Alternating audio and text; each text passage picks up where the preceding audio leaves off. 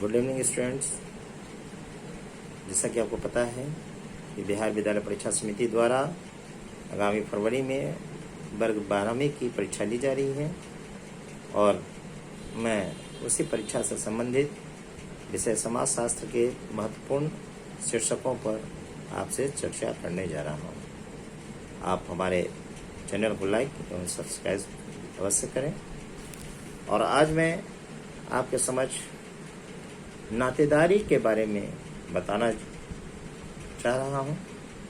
यह नातेदारी क्या है, यह कितने प्रकार की होती है, इनकी प्रमुख रीतियाँ क्या हैं, इनकी विशेषताएं क्या है। स्टूडेंट्स, नातेदारी को इंग्लिश में किनशिप कहा जाता है और ये नातेदारी विभिन्न अन्य नामों से भी जाने जाते हैं, जैसे बंधुत्व, रिश्तेदारियाँ, जैसे स्वजन, संगोत्र इत्यादि।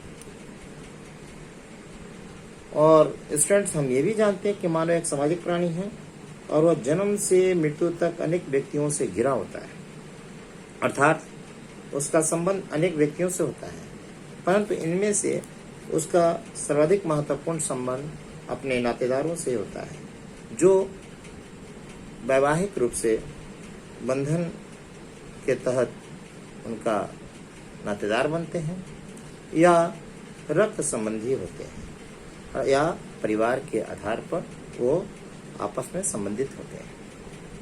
स्टूडेंट्स, नातेदारी का मूलतः आधार जैविकीय होता है और उसी पर वह आधारित होकर सामाजिक भी होता है। इसे हम इस तरह कह सकते हैं कि नातेदारी में सामाजिक मान्यता जैविकीय तत्वों पर आरोपित होती है और गोद ली हुई संतान जैविकीय नहीं होती है, लेकिन फिर भी इसे समाज में मान्यता दी जाती है, तो उसे भी हम नातेदार ही कहेंगे। अब हम बात करते हैं नातेदारी के प्रमुख प्रकारों का। तो यह मूलतः दो प्रकार के होते हैं। पहला विवाह संबंधी नातेदारी और दूसरा रक्त संबंधी नातेदारी। विवाह संबंधी नातेदारी उस नातेदारी को कहा जाता है जिसमें व्यक्ति, चाहे वो पुरुष हो या महिला हो, आपस में वैवाहिक संबंध बनाते हैं और उनके परिवार और पुरुष के परिवार दोनों एक दूसरे से संबंधित हो जाते हैं और उनके जो संतान होते हैं वो भी नातेदारी के हिस्से हो जाते हैं। और दूसरा है रक्त संबंधी नातेदारी, जो मुख्यतः दो प्रकार के होते हैं, वास्तविक नातेदारी और दूसरा काल्पनिक नातेदारी या गोद लिया हुआ बच्चा। इसके बाद नातेदारी की प्रमुख विशेषताओं के बारे में हम चर्चा करते हैं। ऐसा प्रश्न भी आता है कि नातेदारी के प्रमुख विशेषताओं का वर्णन करें। तो पहला इसका है, नातेदारी के माध्यम से विवाह एवं परिवार का निर्धारण होता है। दूसरा विशेषता में हम बता सकते हैं कि नातेदारी में वंश उत्तराधिकार एवं पदाधिकार का निर्धारण होता है। तीसरा, नातेदारी के कारण ही आर्थिक हितों की सुरक्षा की जाती है। चौथा, मानसिक संतोष मिलती है। पांचवा, इसी पर आधारित मानव शास्त्रीय ज्ञान का बेस होता है, यानी आधार होता है। छठा, नातेदारी सामाजिक दायित्वों का निर्वाह करता है। सातवां, नातेदारी यह एक अमूर्त व्यवस्था है, यानी दिखाई नहीं पड़ता है और हम उसी के तहत, एक भावना के तहत वैचारिक रूप से मान लेते हैं कि अमुक आदमी हमारा भाई है, अमुक आदमी हमारे चाचा है, अमुक आदमी हमारे दादा है, अमुक आदमी हमारी बहन है या पत्नी है। और उसके बाद यह नातेदारी के द्वारा ही परिस्थिति एवं भूमिकाओं की जटिल व्यवस्था कायम होती है, जो हमें सामाजिक आधार प्रदान करता है। मैं अभी आपके सामने नातेदारी का डेफिनेशन दिया, नातेदारी की विशेषताएं बतलाई, नातेदारी के प्रकार बतलाए और एक प्रमुख क्वेश्चंस आते हैं परीक्षा में और इस बार के लिए बहुत ही इम्पोर्टेंट है कि नातेदारी की कौन कौन सी रीतियां हैं जिनका विश्लेषण करें। तो मैं बता दूं कि नातेदारी के प्रमुख 5 रीतियां हैं जो सामाजिक तौर पे नातेदारी प्रतिमान के तहत नियंत्रित एवं निर्देशित करने के लिए बनाए जाते हैं, जिन्हें हम नातेदारी व्यवहार या रीतियां कहते हैं।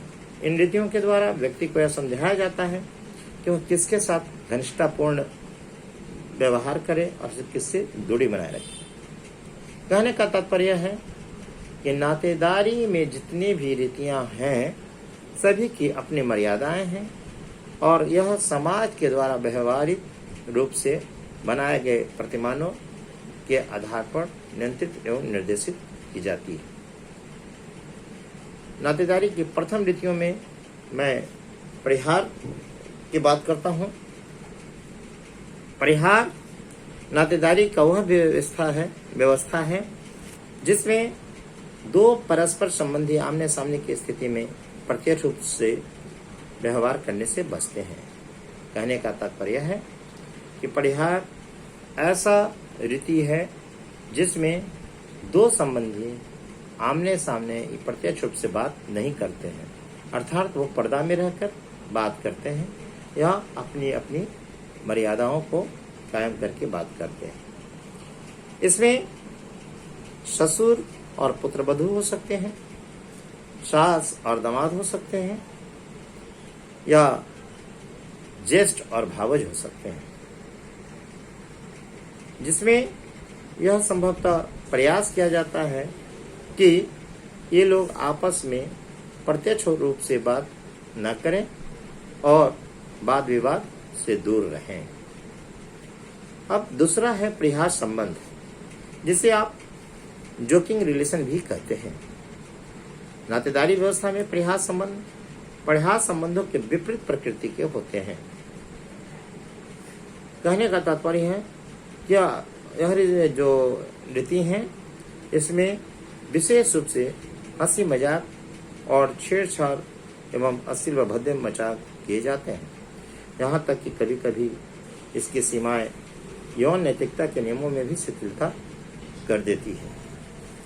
इसमें प्रमुख रूप से उदाहरण के रूप में हम ले सकते हैं जीजा साली, देवर भाभी और ननद भौजाई, यानी ननद और भाभी में भी इस तरह की वार्तालाप होते हैं जो हंसी मजाक वाली माने जाते हैं।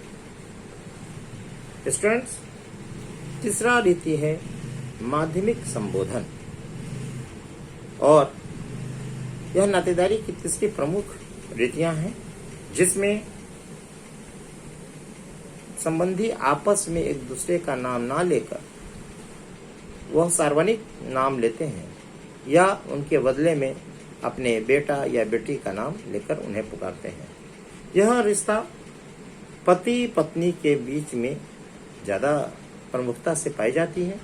जैसे पत्नियां अपने पति का नाम ना लेकर बच्चों के नाम से अपने पति को बुलाती है या पुकारती है और पति भी पत्नी का नाम ना लेकर बच्चों के नाम से पत्नी को बुलाते हैं या पुकारते हैं, या फिर वो किसी सार्वजनिक नाम यानी कोई भी सर्वनाम का इस्तेमाल करके उनका संबोधन करते हैं।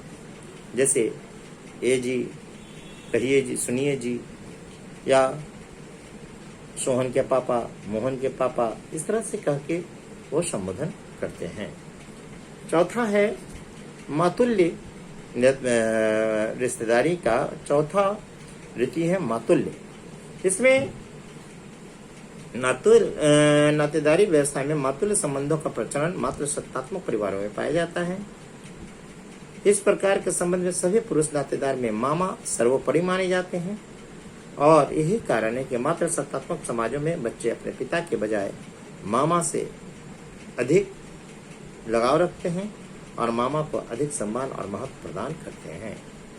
यह परिवार मात्र सत्तात्मक परिवार में यह रीतियां देखी जाती हैं।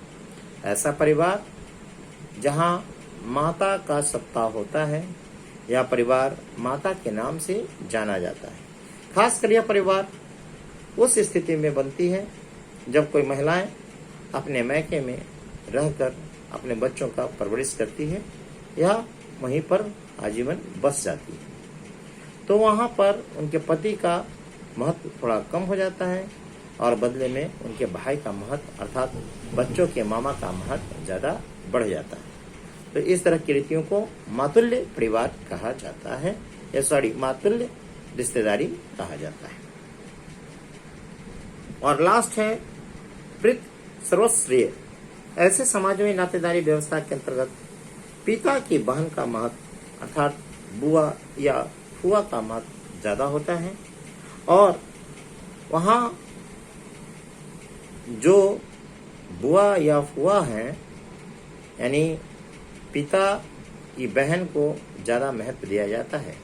किसी कार्य में या किसी शादी विवाह या संस्कार की बातों में उनसे राय शुमारी की जाती है और उनके बात को सर्वोच्च महत्व देते हुए वो काम किया जाता है। यह प्रीत सत्तात्मक परिवारों में ज्यादा देखा जाता है। स्टूडेंट्स, इस तरह हम देखते हैं कि 5 प्रकार की रीतियां जो नातेदारी में पाई जाती है। पहला है परिहार, दूसरा परिहार संबंध, तीसरा माध्यमिक संबोधन, चौथा मातुल्य और पांचवा प्रीत सर्वश्रेय।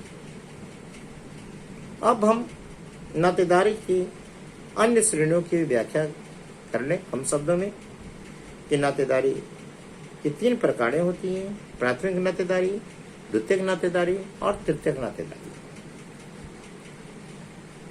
जिन व्यक्तियों के बीच रक्त या विवाह का प्रत्यक्ष संबंध होता है उन्हें एक दूसरे का प्राथमिक नातेदार कहा जाता है, जैसे पति पत्नी, माता पिता, बेटा बेटी, पिता पुत्र, पिता पुत्री, माता पुत्र, माता पुत्री, भाई भाई, भाई बहन, बहन बहन और पति पत्नी।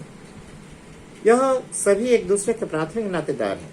इस कारण है कि इनके संबंधों के बीच कोई दूसरा नहीं आता है और यह विवाह संबंध के बाद संतान जो उत्पन्न होते हैं उनमें विशेष तौर पर पाया जाता है।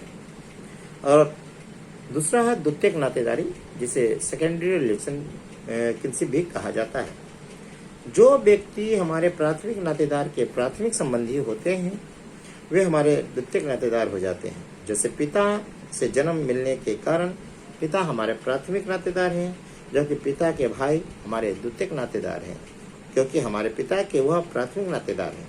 इसी प्रकार माता से जन्म मिलने के कारण वह हमारे प्राथमिक नातेदार हैं, लेकिन माता का हमारे नाना या मामा से प्राथमिक संबंध होने के कारण वह हमारे द्वितीयक नातेदार कहलाते हैं।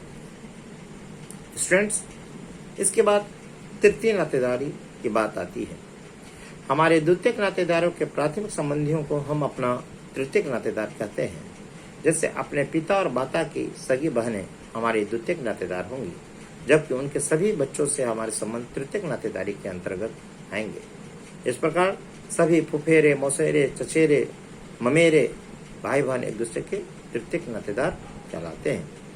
इसी प्रकार नातेदारी की श्रेणी को आगे की ओर बढ़ाया जाता है और इससे एक विशेष व्यक्ति के प्रति अधिकारों एवं कर्तव्यों का निर्धारण होता है। आशा है कि आप हमारे किनशिप अर्थात नातेदारी पर किए गए चर्चा से लाभान्वित होंगे और हमारा चैनल लाइक एवं सब्सक्राइब करेंगे। प्रणाम।